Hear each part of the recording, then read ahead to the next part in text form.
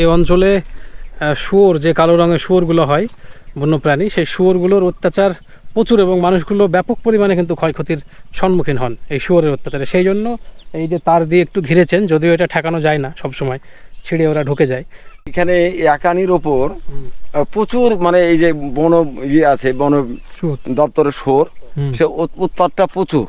আচ্ছা। হ্যাঁ, এখনো হয়তো যেগুলো যে চাট পেয়ে যাবে, মানে একটা মুখের যে স্বাদ, সেগুলা যদি গন্ধ পেয়ে যায় একানির একানের, মানে এই ফসলটা যে জমিটা আছে, হ্যাঁ হ্যাঁ, আচ্ছা। এই জমিটার ওপর একবারে আবাদ করে দেবে। যেভাবে নাঙল বায় ট্রাক্টরে, অনুরূপভাবে এই শুয়োর যদি খোঁজ পায় এই ফসলের, তাহলে একটা ফসল থাকবে না।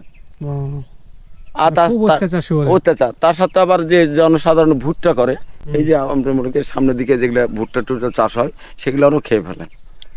মানে শুয়োরের অত্যাচার থেকে মানে হ্যাঁ। ফসল নষ্ট হয়ে যাচ্ছে। আপনার এই আতে থেকে কি বলে আদা চাষ তো বডি না, তারপরে এই যে ভুট্টা, তারপরে আলু চাষ, এগুলো আমরা সেভাবে সুলভ মানে সহজে করতে পারি না।